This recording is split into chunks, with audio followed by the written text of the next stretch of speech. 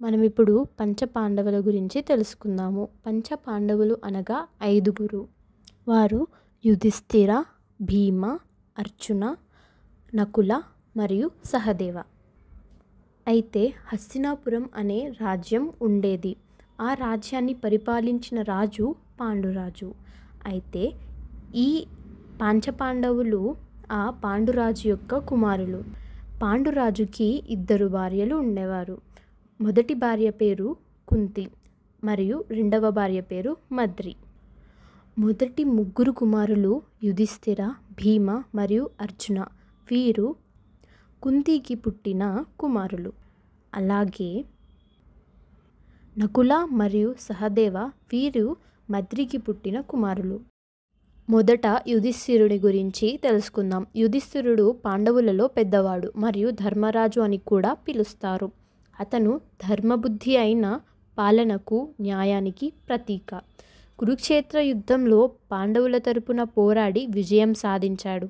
ఆ తర్వాత కొంతకాలం రాజ్యపాలన చేసి చివరికి తన సోదరులతో కలిసి స్వర్గానికి వెళ్ళాడు.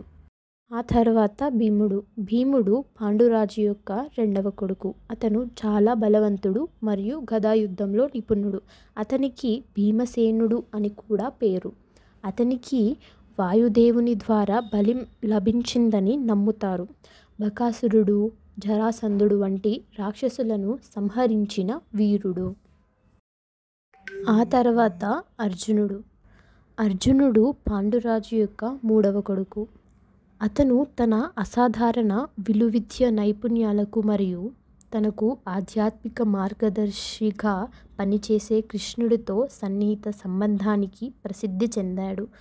పాండు మరియు కుంతి దంపతుల మూడవ కుమారుడు అర్జునుడు. ఆయన తన పరాక్రమానికి, ధర్మం పట్ల అంకిత భావానికి కురుక్షేత్ర యుద్ధంలో కీలక పాత్రకు ప్రసిద్ధి చెందారు. ఆ తర్వాత సహదేవుడు. ఈయన పాండురాజు యొక్క ఐదవ కుమారుడు. సహదేవులు మరియు నకుల కవలలు. అలాగే సహదేవుడు కూడా అశ్విని దేవతల వలన మాద్రికి జన్మించారు. సహదేవుడు గొప్ప వివేక, భవిష్యత్తును ఊహించగలడు. కానీ ఒక శాపం కారణంగా దానిని ఎవరికి చెప్పుకోలేదు. హస్తినాపుర రాజ్యం కోసం పాండవులకి మరియు కౌరవుల మధ్య యుద్ధం జరిగింది. ఈ యుద్ధాన్ని మహాభారత యుద్ధం అని అంటారు. అలాగే కురుక్షేత్ర యుద్ధం అని కూడా అంటారు. హస్తినాపురం రాజ్యాన్ని పాలించే హక్కు కోసం కౌరవులు, పాండవులు మధ్య వైరం ఏర్పడింది. కౌరవులు, పాండవులతో పాటు వారి మిత్రులు, సైన్యులు కూడా ఈ యుద్ధంలో పాల్గొన్నారు. కురుక్షేత్ర మైదానం ఈ యుద్ధానికి వేదిక అయింది. యుద్ధం 18 రోజుల పాటు జరిగింది. పాండవులు కౌరవులను ఓడించి విజయం సాధించారు. కానీ ఈ యుద్ధంలో అనేక మంది మరణించారు.